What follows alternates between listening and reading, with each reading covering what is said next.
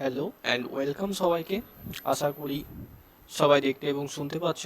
তো আমরা আমাদের ইউটিউব চ্যানেলে আবারও একটা সিডিপির প্র্যাকটিস সেট নিয়ে কিন্তু আজকে হাজির হয়েছি। তো চলো, আমরা জানি বর্তমানের প্রশ্ন অনুসারে প্রতিদিন কিন্তু প্র্যাকটিস করা খুব জরুরি। তার জন্য প্রতিদিন কিন্তু এই চ্যানেলে নিয়ম মাফিক তোমরা প্র্যাকটিস সেট পেতে থাকো। তো আজকে আমরা সিডিপির টপ মোস্ট 20খানা প্রশ্ন নিয়ে আলোচনা করব। হ্যাঁ, প্রশ্নের সংখ্যা আজকে কম আছে, তার কারণ হলো আজকের প্রশ্নগুলো খুব টপ নচ টাইপের, অনেকটা সময় লাগবে তোমাদের বুঝতে, তাই একসাথে বেশি প্রশ্ন করলে সব কিছু ঘেঁটে যেতে পারে। তো যাই হোক, দেখো আজকে আমাদের প্রথম প্রশ্ন তোমরা দেখতে পাচ্ছ, অবশ্যই সবাই কিন্তু উত্তর করার চেষ্টা করবে। প্রথম প্রশ্নের উত্তর করার চেষ্টা করবে সবাই। বলা হচ্ছে, এখানে দেখো বিবৃতি দেওয়া হয়েছে একটা, এবং সেই বিবৃতির কারণ দেওয়া হয়েছে। এখানে বলা হয়েছে যে বংশগতি শিশুর বিকাশের সর্বোচ্চ সম্ভাবনা, বংশগতিকে সর্বোচ্চ সম্ভাবনা বলা হয়েছে, কিন্তু পরিবেশ নির্ধারণ করে সেই সম্ভাবনার কতটা বাস্তবে রূপায়িত হবে। তাহলে বিবৃতিটা আমরা বুঝতে পারছি। আর তার কারণ হিসাবে বলা হয়েছে বৃদ্ধি এবং বিকাশ শুধুমাত্র পরিবেশগত উপাদান এবং শিখন প্রক্রিয়ার ফল। দেখো চারটে অপশন রয়েছে, এই অপশনগুলোর মধ্যে কিন্তু আমরা দেখতে পাচ্ছি যে এই যে বিবৃতি সেটা একদম সত্য, তাই তো? তাহলে বিবৃতি সত্য মানে এ সত্য হচ্ছে। কিন্তু দেখো এই যে কারণে বলা হয়েছে যেটা বৃদ্ধি এবং বিকাশ শুধুমাত্র, এই যে শুধুমাত্র এটা কিন্তু একটা নেগেটিভ ওয়ার্ড, শুধুমাত্র পরিবেশগত উপাদানের ফল, এটা কিন্তু মিথ্যা। তাহলে সঠিক উত্তর আমাদের হয়ে যাবে অপশন সি। 2 নম্বর প্রশ্ন দেখো, এটা একটা কোড এন্টার করার প্রশ্ন। এই ধরনের প্রশ্নগুলো খুব টাইম টেকিং হয়ে থাকে পরীক্ষার মধ্যে। বলা হচ্ছে যে বুদ্ধির তত্ত্ব তালিকা 1 এদিকে রয়েছে এবং তাদের প্রবর্তক বা তালিকা 2 এটা এদিকে রয়েছে। এদের মধ্যে সঠিক মিল খুঁজতে বলা হয়েছে। তো আমরা জানি বুদ্ধির যে ট্রায়ার্কিক থিওরির তত্ত্ব রয়েছে, বুদ্ধির ট্রায়ার্কিক থিওরির তত্ত্ব সেটা কার দেওয়া? আমরা জানি বুদ্ধির যে ট্রায়ার্কিক তত্ত্ব রয়েছে সেটা কিন্তু রবার্ট স্টার্নবার্গের দেওয়া, তাই তো? তাহলে এখান থেকে আমরা বুঝতে পারছি এটা স্টার্নবার্গ। বহুমুখী বুদ্ধির তত্ত্ব মাল্টিপল ইন্টেলিজেন্স থিওরি, এটা কার দেওয়া?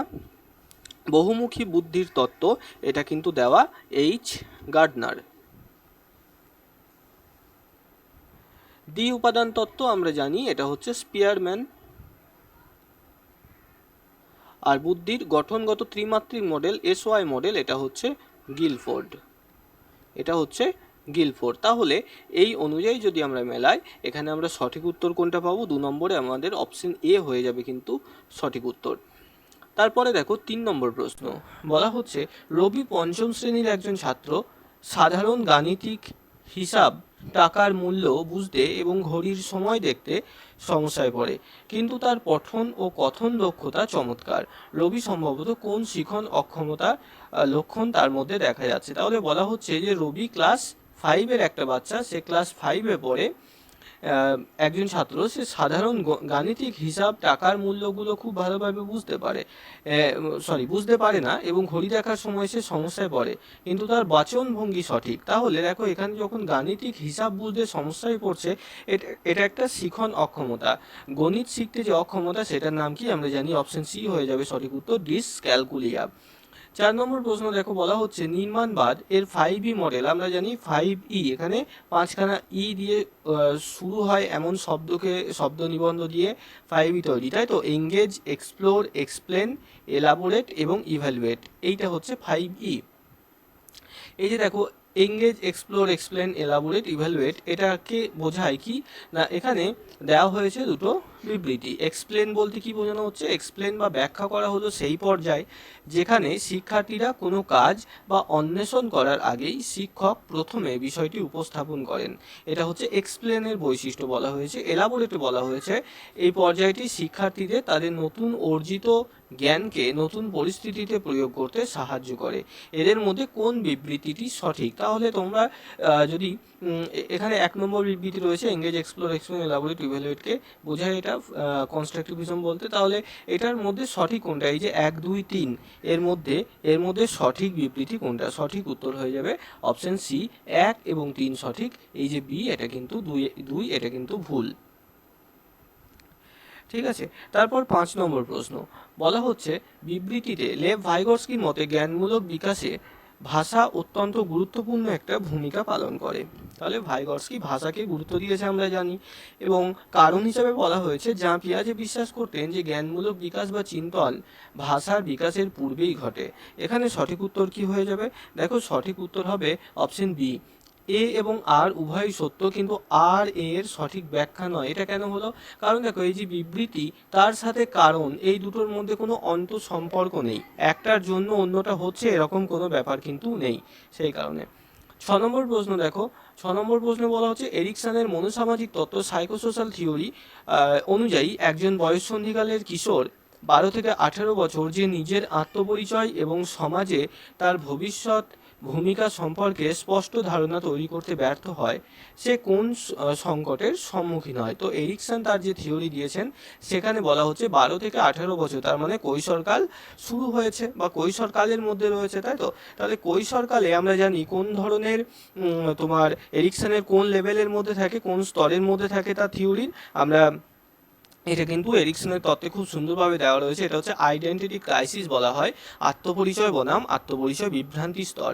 এটাই একমাত্র বয়ঃসন্ধিকালে কিন্তু দেখা যায়, এটা মনে রাখতে হবে, এটা বয়ঃসন্ধিকালে দেখা যায়।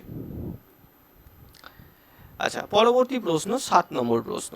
প্রশ্নটা পড়ে যদি আমরা দেখি, বলা হচ্ছে রান্নার সময় একজন রাঁধুনি খাবারের স্বাদ পরীক্ষা করেন যাতে লবণ ও মশলা ঠিক আছে কিনা তা বোঝা যায়, এবং অতিথিদের পরিবেশনের আগেই প্রয়োজন মতো তা ঠিক করা যায়। শিক্ষামূলক মূল্যায়নের প্রেক্ষাপটে এটি কোন প্রকার মূল্যায়নের উদাহরণের মধ্যে পড়ে?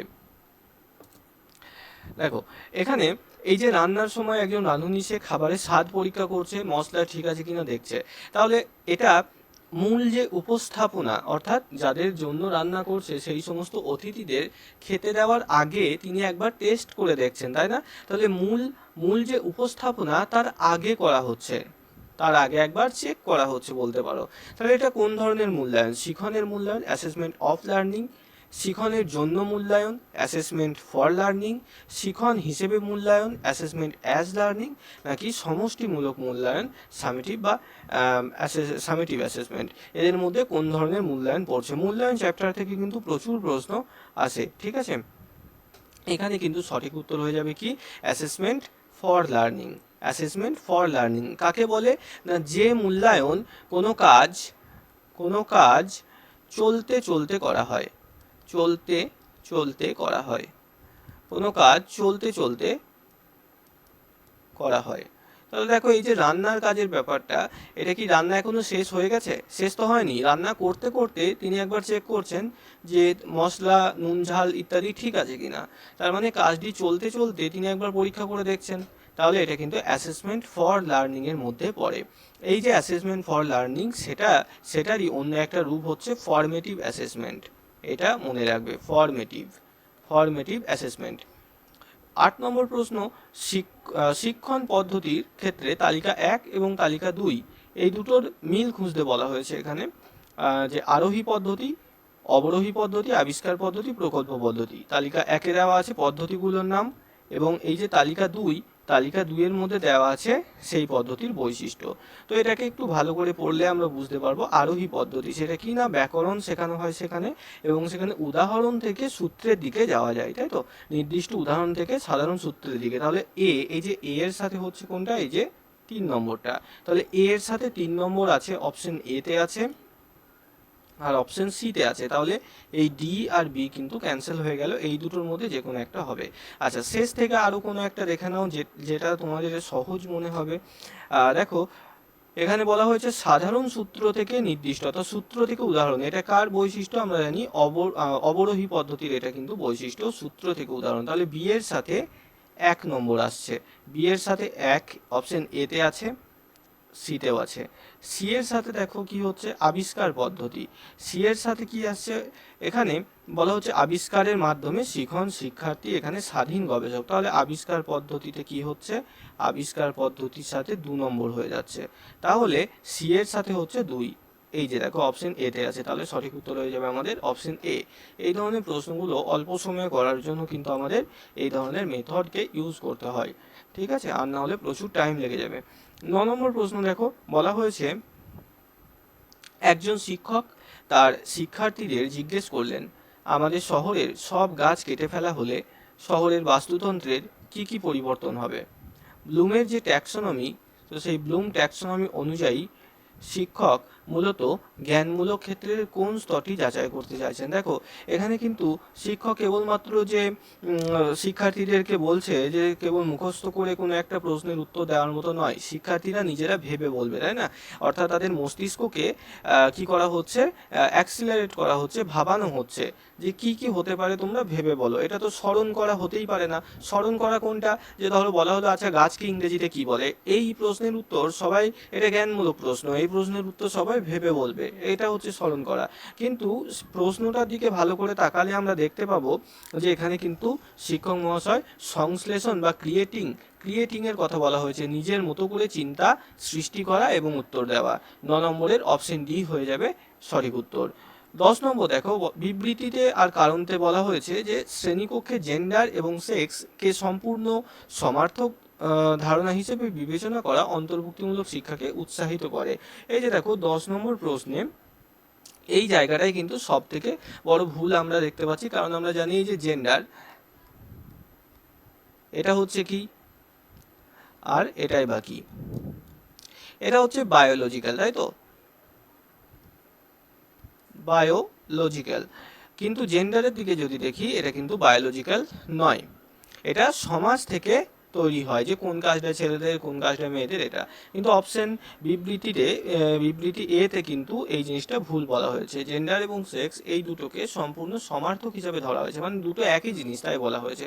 তবে বিবৃতি ভুল কোন কোন অপশনে আছে একবার দেখে নাও। এখানে এ মিথ্যা, এই যে অপশন সিতে আছে, তার মানে অপশন সি চোখ বুঝে আমরা অ্যান্সার করতে পারবো। 11 নম্বর দেখো, বলা হচ্ছে আয়েশা 8 বছরের একটি মেয়ে একটি লম্বা সরু গ্লাস এবং একটি ছোট্ট চওড়া গ্লাসে সমান 200 মিলিলিটার জুস রাখা অবস্থায় দেখে। তা সত্ত্বেও সে জেদ করে যে লম্বা গ্লাসে বেশি জুস আছে। যা পিয়াজের তত্ত্বে আয়েশার মধ্যে ড্যাশের ধারণার অভাব রয়েছে এবং সে বিকাশের ড্যাশ স্তরে রয়েছে। তাহলে দেখো পেঁয়াজের থিওরি থেকে খুব সুন্দর একটা কিন্তু প্রশ্ন আমরা দেখতে পাচ্ছি। বলা হচ্ছে কি, যে আয়েশা যেখানে দুটো গ্লাস, একটা হয়তো এরকম চওড়া গ্লাস আর একটা এরকম সরু গ্লাস, তো এর মধ্যে যদি 200 ml জুস ঢালা হয় সেটা এতটা পর্যন্ত হয়তো পূর্ণ হচ্ছে, আর এটা যেহেতু সরু গ্লাস সেজন্য এটা অনেকটা বেশি পরিমাণে এতদূর পর্যন্ত পূর্ণ হচ্ছে। এবার আয়েশা বলছে কি, আয়েশা বলছে এই গ্লাসটাই বেশি আছে এর থেকে, সেটা বলছে, তার মানে কি দেখো তার এই ধারণাটা এখনো কিন্তু পুরোপুরি তৈরি হয়নি। তাহলে এটা কোন স্তরের এটা কিন্তু আমাদের সংরক্ষণের ধারণা। দেখো পরবর্তী বলা হচ্ছে 12 নম্বরে ম্যাসলোর চাহিদার ক্রমপর্যায় তত্ত্বে নিডস হায়ারার্কি যেটা রয়েছে ম্যাসলোর, সেখানে কোনটি মানুষের প্রেরণার সর্বোচ্চ স্তর, যা কেবল প্রাথমিক এবং মানসিক চাহিদাগুলো পূরণ হওয়ার পরেই অর্জিত হয়। অর্থাৎ ম্যাসলোর যে আমরা পিরামিড পড়েছি ম্যাসলোর চাহিদার তত্ত্বে, সেই পিরামিডে 5খানা স্তর রয়েছে, সেখানে সর্বোচ্চ বা সব থেকে উপরে কোনটা রয়েছে, সঠিক উত্তর হয়ে যাবে আত্মপ্রতিষ্ঠার চাহিদা। প্রথমে হচ্ছে কি, সবার নিচে যদি প্রশ্ন থাকে তাহলে মনে রাখবে সেখানে থাকে শারীরিক চাহিদা, আর সবার উপরে থাকে কি, আত্মপ্রতিষ্ঠার চাহিদা। 13 নম্বর প্রশ্ন দেখো, বলা হয়েছে শিখন তত্ত্বের তালিকা 1 এর সাথে তাদের মূল ধারণা তালিকা 2-তে মিল করতে। তালিকা 1-এ বলা হয়েছে প্রাচীন অনুবর্তন, সক্রিয় অনুবর্তন, সংযোজনবাদ আর সমগ্রতাবাদ। আচ্ছা, প্রাচীন অনুবর্তন, এখানে কি দেখা যায়, প্যাভলভের যে পরীক্ষা সেখানে স্বাভাবিক ও কৃত্রিম উদ্দীপকের অনুবর্তন, তাই তো। তাহলে এই যে এর সাথে হচ্ছে এই 4। সক্রিয় অনুবর্তন, এখানে কি দেখা যায়, সক্রিয় অনুবর্তনে কিন্তু আমরা দেখতে পাই রিইনফোর্সমেন্ট, শক্তিদায়ী উদ্দীপক। তাহলে বি এর সাথে 3, এ এর সাথে 4, বি এর সাথে 3। অপশন এ হয়ে যাবে সঠিক উত্তর। সি এর সাথে 2, দেখো সি এ কি বলা হয়েছে, সংযোজন বা থর্নডাইকের যে পরীক্ষা সেখানে কি করা হয়, এস আর বন্ড তৈরি হয়, স্টিমুলাস আর রেসপন্স এর মধ্যে একটা বন্ড তৈরি হয়, তাহলে সি এর সাথে হবে বি। আর সমগ্রতাবাদী ইনসাইড লার্নিং বা অন্তর্দৃষ্টির কথা আছে, তাহলে এখানে সঠিক উত্তর হয়ে যাবে আমাদের অপশন এ। আশা করি সহজেই কিন্তু বুঝতে পারছো তোমরা সবাই। আচ্ছা, এবার দেখো 14 নম্বর প্রশ্ন। বলা হয়েছে বিবৃতিতে অন্তর্ভুক্তিমূলক শ্রেণীকক্ষে সমতা নিশ্চিত করার জন্য শিক্ষকের উচিত সকল শিক্ষার্থীর জন্য মানসম্মত নির্দেশিকা এবং অভিন্ন মূল্যায়ন পদ্ধতি ব্যবহার করা। খুব ভালো কথা। কারণ হিসেবে বলা হয়েছে কেন এটা করবে, কারণ বংশগতি এবং পরিবেশের মিথস্ক্রিয়ার কারণে শিক্ষার্থীদের মধ্যে ব্যক্তিগত বৈষম্য দেখা যায়। দেখো দুটো, এই যে 14টি বিবৃতি এবং কারণ দেওয়া হয়েছে, সেখানে সব কিছু দেখে আমাদের ঠিক মনে হলো একটা জায়গা আমাদেরকে খেয়াল রাখতে হবে। অন্তর্ভুক্তিমূলক শ্রেণীকক্ষে বলা হয়েছে, ইনক্লুসিভ এডুকেশনের ক্ষেত্রে নর্মাল ক্লাসরুম বলে আলাদা ব্যাপার হলো। এবার ইনক্লুসিভ এডুকেশনের ক্ষেত্রে সমতা নিশ্চিত করার জন্য শিক্ষকের উচিত সকল শিক্ষার্থীর জন্য মানসম্মত নির্দেশিকা এবং অভিন্ন মূল্যায়ন পদ্ধতি ব্যবহার করা। এটা কি সম্ভব? সম্ভব নয়, কারণ সেখানে বিভিন্ন রকমের বিশেষ চাহিদা সম্পন্ন শিক্ষার্থী থাকে। সবার জন্য একই রকমের একই মানের প্রশ্ন উত্তর বা একই মানের পড়াশোনা করালে অনেকেই বুঝতে পারবে না। হয়তো কেউ চোখে দেখতে পায় না, কেউ কানে শুনতে পায় না, কেউ মুখে কথা বলতে পারে না, হ্যাঁ, তো কারোর মধ্যে হয়তো ডিসক্যালকুলিয়া আছে, তাহলে সবাইকে একই রকমভাবে পড়ালে তো হবে না। যে চোখে দেখতে পায় না তাকে কিছু একটা টিচার বললে সে শুনে বুঝতে পারবে, কিন্তু যে কানে শুনতে পায় না সে তো কিছুই বুঝতে পারবে না, তাই না? তাই এখানে বিবৃতি যেটা সেটা কিন্তু ভুল, তাহলে এখানে সঠিক উত্তর হবে অপশন সি। 15 নম্বর দেখো, বলা হচ্ছে কোহলবার্গের নৈতিক বিকাশের তত্ত্ব অনুযায়ী একটি শিশু তার টিফিন অন্য একটি শিশুর সাথে ভাগ করে নেয় শুধুমাত্র এই প্রত্যাশাতে যে পরের দিন সেও তার টিফিন থেকে ভাগ দেবে। শিশুর নৈতিক বিচার কোন স্তরে আছে? তাহলে একটা শিশু সে তার কোনো খেলনা বা কোনো টিফিন অন্য একজন তার ক্লাসমেট তার সাথে ভাগ করে নিচ্ছে, ঠিক আছে? তার কারণ কি, এই যে শিশুটি সে প্রত্যাশা করছে পরের দিন তার টিফিন থেকেও সে তাকে কিছু ভালো মন্দ খেতে দেবে। ওকে, তো এই যে ঘটনাটি এটা নৈতিক বিচারে কোন স্তরে রয়েছে? দেখো এখানে সঠিক উত্তর কিন্তু আমাদের হয়ে যাবে অপশন সি। অপশন সি 15 নম্বর হয়ে যাবে অপশন সি। এটাকে কি বলা হয়? টিট ফর ট্যাট বলা হয়। এটাকে বলা হয় টিট ফর ট্যাট, দেওয়া নেওয়া। ওকে, যেমন করবে তেমন পাবে, এরকম। 16 নম্বর বলো, রাহুল তার নিজস্ব আবেগ, শক্তি এবং দুর্বলতা সম্পর্কে খুব সচেতন। সে সর্বদা নিজের লক্ষ্য সম্পর্কে চিন্তা করে এবং দলে কাজ করার চেয়ে একা একা কাজ করতে বেশি পছন্দ করে। হারওয়ার্ড গার্ডনারের তত্ত্ব অনুসারে রাহুলের মধ্যে কোন বুদ্ধির আধিক্য রয়েছে? তাহলে দেখো রাহুল কি করে না, একা একা থাকতে চায়, অন্যদের সাথে মিশতে পারে না, তাই না? অন্যদের সাথে রাহুল মিশতে পারে না, তাহলে এখানে সঠিক উত্তর কি হবে? সঠিক উত্তর হবে অপশন বি, অন্তঃব্যক্তি। অন্তঃব্যক্তির আধিক্য রয়েছে। অন্তঃব্যক্তির মানে হলো কেবলমাত্র নিজেকে নিয়ে এই মানুষেরা থাকে, যাদের মধ্যে অন্তঃব্যক্তি, নিজেকে বোঝা, ঠিক আছে, অন্যকে বোঝা নয়। এই যে আন্তঃব্যক্তি তার মানে হলো অন্যকে বোঝা। এবার রাহুল দেখো অন্যদের সাথে মিশতে পারে না, কেবলমাত্র নিজে একা একা থাকতে ভালোবাসে, তার মানে সে কেবল নিজেকে নিয়েই ভাবে, নিজেকে নিয়েই বোঝে, তাই তার মধ্যে অন্তঃব্যক্তি বেশি রয়েছে। যদি অন্যদের সাথে যে সমস্ত মানুষেরা অনেক বেশি মিশতে পারে তাদের মধ্যে কিন্তু আন্তঃব্যক্তি বুদ্ধি বেশি থাকে। 17 নম্বর দেখো, বলা হচ্ছে প্রগতিশীল শিক্ষা, প্রোগ্রেসিভ এডুকেশন। আচ্ছা, তোমাদের জন্য একটা কাজ থাকলো, এই যে প্রোগ্রেসিভ এডুকেশন, এই প্রোগ্রেসিভ এডুকেশনের জনক কে সেটা কমেন্টে লিখবে, ঠিক আছে? কমেন্টে লিখবে প্রোগ্রেসিভ এডুকেশন বা প্রগতিমূলক শিক্ষার জনক কে, তার নাম। এখানে বলা হয়েছে প্রগতিমূলক শিক্ষার ক্ষেত্রে অপশন একে বলা হয়েছে এটি মুখস্থ বিদ্যা এবং পাঠ্যপুস্তক কেন্দ্রিক পদ্ধতির উপর জোর দেয়। এটি শিশুকে একজন সক্রিয় অন্বেষণকারী এবং সমস্যা সমাধানকারী হিসেবে বিবেচনা করে। জন ডিউ হলেন এই পদ্ধতির অন্যতম শক্তিশালী প্রবক্তা। আর এখানে 4টে অপশন দেওয়া রয়েছে, দেখো এর মধ্যে সঠিক বিকল্পটা বেছে নিতে বলেছে, তাহলে কোনটা ঠিক এখানকার মধ্যে, ঠিক আছে? এদের মধ্যে কোনটা ঠিক এইটা আমি অ্যান্সার এখানে বলছি না, এর অ্যান্সার 17 নম্বর দিয়ে সঠিক অ্যান্সার কোনটা সেটা তোমরা কমেন্ট করবে। ওকে, 17 প্রশ্নের সঠিক উত্তর তোমরা কমেন্টে জানাবে।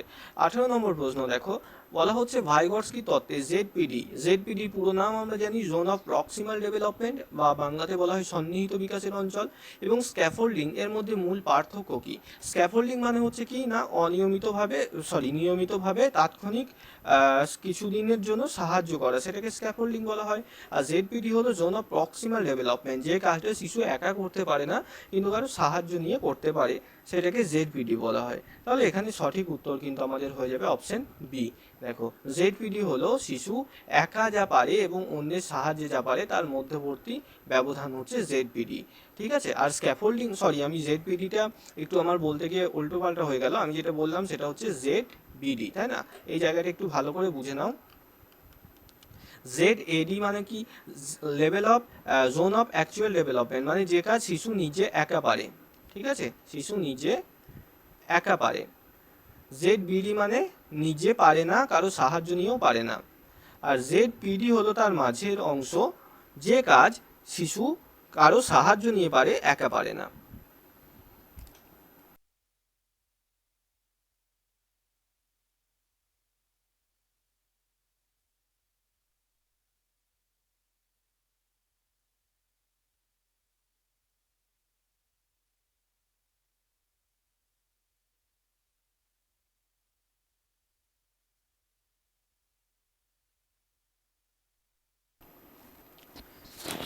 পরবর্তী প্রশ্ন 19 নম্বর। 19 নম্বর দেখো, বলা হচ্ছে গঠনমূলক মূল্যায়নকে প্রকৃতিগতভাবে নির্ণায়ক এবং সংশোধনমূলক বিবেচনা করা হয়। কারণ বলা হয়েছে সমষ্টিক মূল্যায়ন শিক্ষার্থীদের গ্রেড এবং শংসাপত্র দেওয়ার জন্য কোর্সের শেষে বা বছরের শেষে পরিচালিত হয়। আচ্ছা, 19 নম্বরের এই যে বিবৃতি এবং কারণ দেওয়া রয়েছে, এই দুটোকে একটু ভালো করে পড়ো, দেখো বুঝতে পারবে। এখানে বলা হয়েছে কি গঠনমূলক মানে ফরমেটিভ মানে হচ্ছে যে মূল্যায়নটা চলতে থাকে কখন না, পাঠদান প্রক্রিয়া চলতে চলতে যে মূল্যায়নটা হয়, ঠিক আছে, সেটা হচ্ছে আমাদের গঠনমূলক মূল্যায়ন। আর সমষ্টিমূলক মূল্যায়ন হলো কোনো পাঠদান প্রক্রিয়া শেষ হওয়ার পর যেটা হয়। তাহলে এখানে সঠিক উত্তর হয়ে যাবে অপশন বি। এ এবং আর উভয়ই সত্য, কিন্তু আর এ এর সঠিক ব্যাখ্যা নয়, কারণ এদের দুজনের মধ্যে কোনো রকম আন্তঃসম্পর্ক নেই। 20 নম্বর প্রশ্ন, শ্রেণীকক্ষে একজন মেধাবী এবং সৃজনশীল শিক্ষার্থীর চাহিদা পূরণের জন্য একজন শিক্ষকের কি করা উচিত? খুব সহজ একটা প্রশ্ন। দেখো, এখানে একজন শিক্ষকের কি করা উচিত? অপশন এ, তাদের ব্যস্ত রাখার জন্য প্রচুর পুনরাবৃত্তিমূলক কাজ দেওয়া উচিত। বি, পরীক্ষায় 100% নম্বর পাওয়ার জন্য পাঠ্য বই মুখস্থ করতে বলা উচিত। সমৃদ্ধকরণমূলক কাজ, মুক্তপ্রান্তিক কাজ, ওপেন এন্ডেড টাস্ক, নাকি এবং অপসারী চিন্তন ডাইভার্জেন্ট থিঙ্কিং এর সুযোগ দেওয়া উচিত, নাকি তাদের উপেক্ষা করা কারণ তারা নিজেরাই সবকিছু? এটা খুব ইজি প্রশ্ন এবং অপশন সি কিন্তু সঠিক উত্তর হয়ে যাবে, সেটা বুঝতে পেরে যাচ্ছি আমরা। তো এতদূর ছিল আমাদের মোট 20খানা প্রশ্ন। এই 20খানা প্রশ্নের মধ্যে একমাত্র 17 নম্বর প্রশ্নের উত্তর আমরা বলিনি, কমেন্টে তোমাদেরকে জানাতে বলেছি, এবং বাদ বাকি যে 19টা প্রশ্ন তার মধ্যে কতগুলো তোমার দ্বারা সলভ করা সম্ভব হলো সেটা অবশ্যই কিন্তু কমেন্ট বক্সের মধ্যে জানাবে। তো আজকের মতো আমরা এখানে শেষ করছি ক্লাস। নেক্সট দিন দেখা হবে নতুন একটা সেট নিয়ে।